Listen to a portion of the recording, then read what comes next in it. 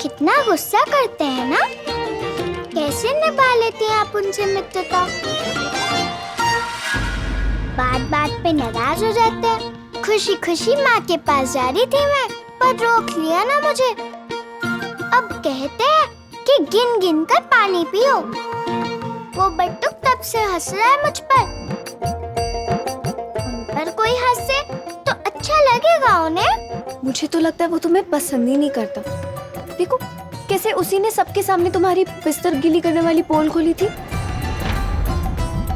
मुझे तो बस एक बात की चिंता है, कहीं उसने अपने सारे मित्रों को ये बात ना बताई।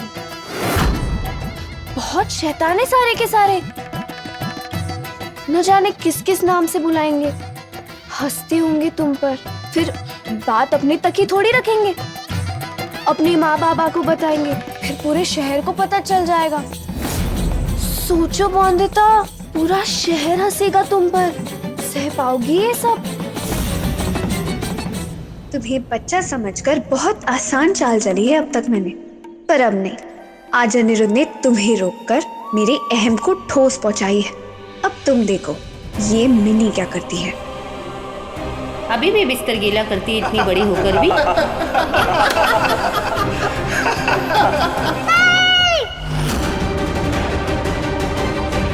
मुझे मत चिढ़ाओ, मत हंसो मुझ पर। बोंदिता,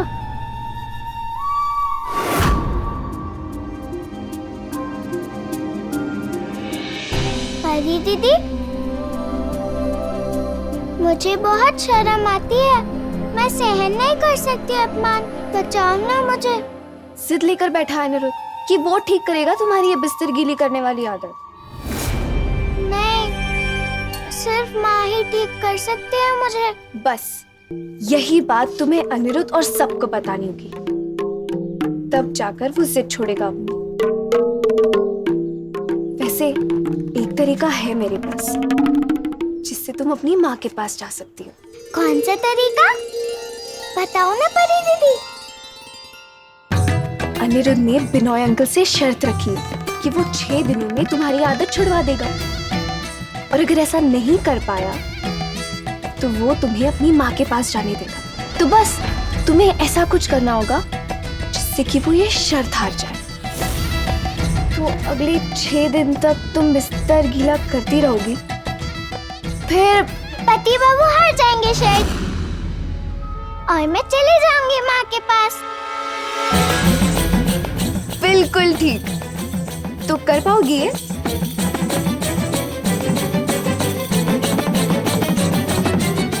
पर झूठ बोलने से पाप ना लगेगा? ऐसे बिस्तर जानबूझ के गीला नहीं करती ना मैं। मुझे पता ही नहीं चलता परी दीदी। और तो और ये सब करके बिल्कुल अच्छा नहीं लगता।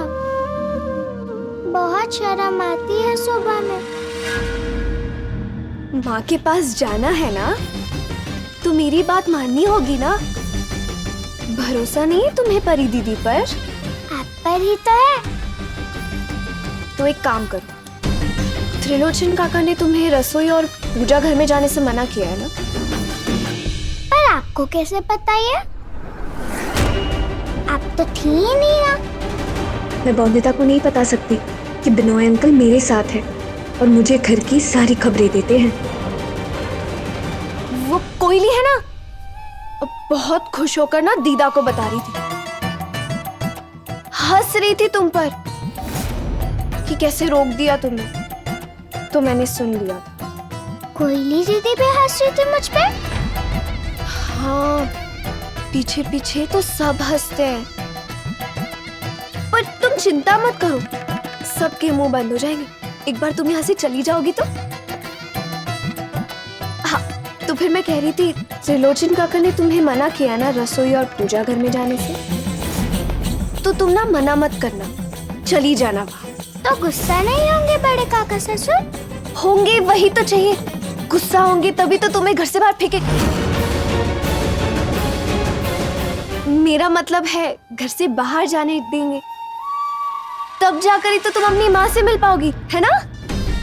अब अनिरुद्ध खुद तुम्हें थोड़ी बाहर छोड़ने आएगा, वो तो कहेगा तुम यहाँ से चली जाओ। पर तुम चिंता मत करना, मैं खुद बैलगाड़ी भिजवाऊंगी तुम्हारे लिए। सत्ती? सत्ती।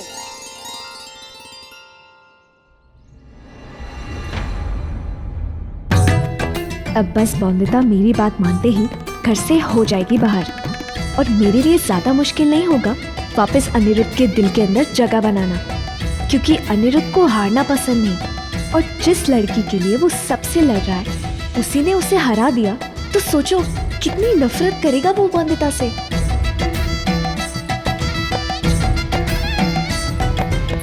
नहीं, मैं नहीं करूंगी ये। माँ कहती है कि कभी ऐसे करना नहीं चाहिए जिससे हमारे परिवार को दुख पहुँचे। कभी भी जानबूझकर ठेस नहीं पहुँचानी चाहिए किसी के दिल को, पाप लगता है। तो क्या करोगी तुम? अगर मेरी बात नहीं मानी तो कौन भेजेगा तुम्हें अपनी माँ के पास? दुर्गा माँ भेजेगी। बहुत पूजा करूंगी मैं उनकी, ताकि आदत छूट जाए मेरी। दिल से मांगूंगी तो वो सुनेगी नहीं, दूर नहीं करेगी क्या मेरी परेशानी? सोच लिया है मैंने, एक अच्छी पत्नी की तरह वो सब करूंगी जो पति बाबू कहेंगे मुझे। वो खुश हुए तो तोहफे में मांग लूंगी मैं माँ। ऐसी बातें करोगी तो मुझे उंगली टेढ़ी करनी होगी बौंदिता, क्योंकि अनिरुद्ध की जिंदगी से तुम्हें हर हाल में मुझे बाहर भेजना है।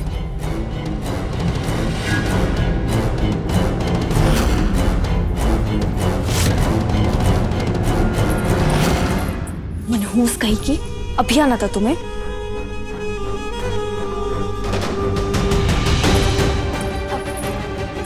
मैं अब घर चलती हूँ, पर मेरी बात याद रखना।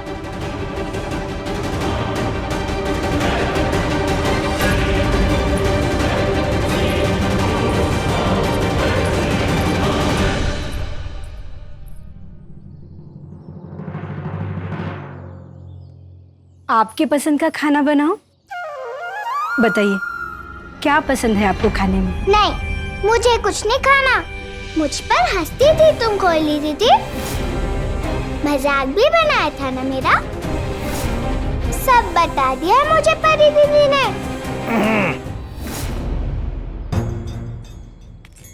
कुछ टोटका देने आया हूं तुम्हें, ताकि तुम्हारी ये गंदी बीमारी ठीक हो जाए। बात मानोगी ना हमारी? हाँ, अच्छा, अनिरुद्ध को मत बताना इस बारे में। मतलब वो विलायती बाबू है, मानता नहीं इन सब में। हाँ?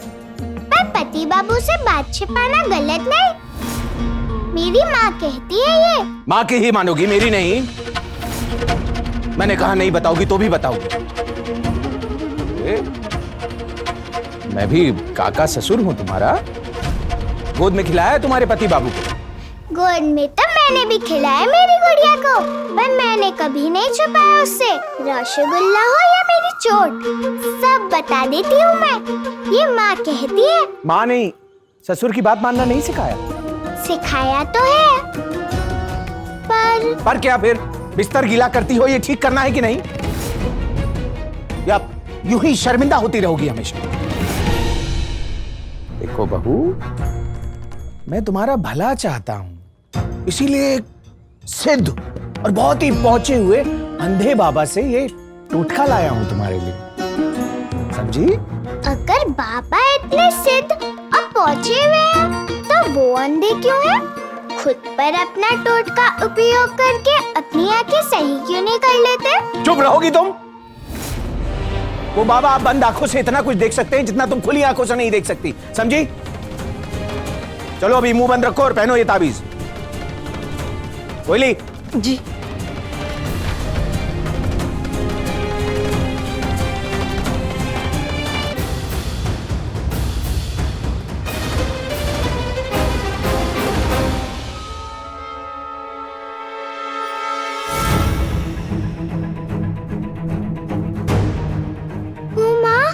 ये तो तेज धार वाला है। हाँ, इसकी ये तेज धारी काट के नाश कर देगी तुम्हारी बीमारी को। चलो चलो कोयली, बांध दो बहू की बाजू पे। पर ये छुप जाएगा बहू जी को। जितना कहा है उतना करो।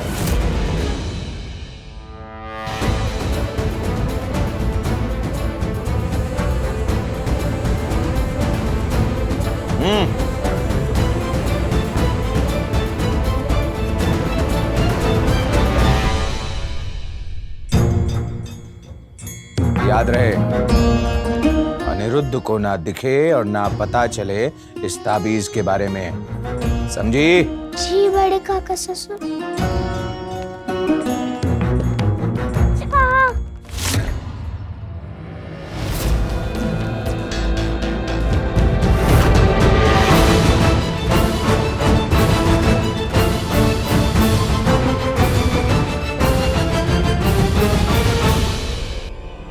लोचंदा, उस लड़की को तावीज क्यों दिया आपने?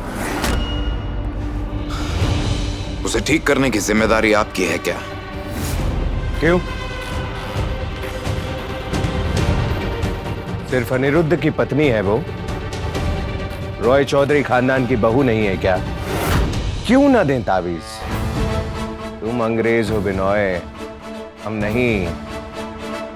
हमें विश्वास है कि ये टोने टोटके बहू की समस्या का समाधान कर सकते हैं। यही तो मैं भी कह रहा हूं दा। क्यों चाहते हैं आप उस समस्या का समाधान? क्यों चाहते हैं आप कि उस लड़की की ये परेशानी दूर हो और वो अपनी मां के घर नहीं जाए? आप चाहते हैं कि अनिरुद्ध वो चुनौती जीत जाए जो उसने हम दोनों को दी है। आप नहीं चाहते हैं कि आपकी एकादशी की पूजा सफल हो। पूजा सफल हो इसीलिए तो हम ये सब कर रहे हैं बिनोय।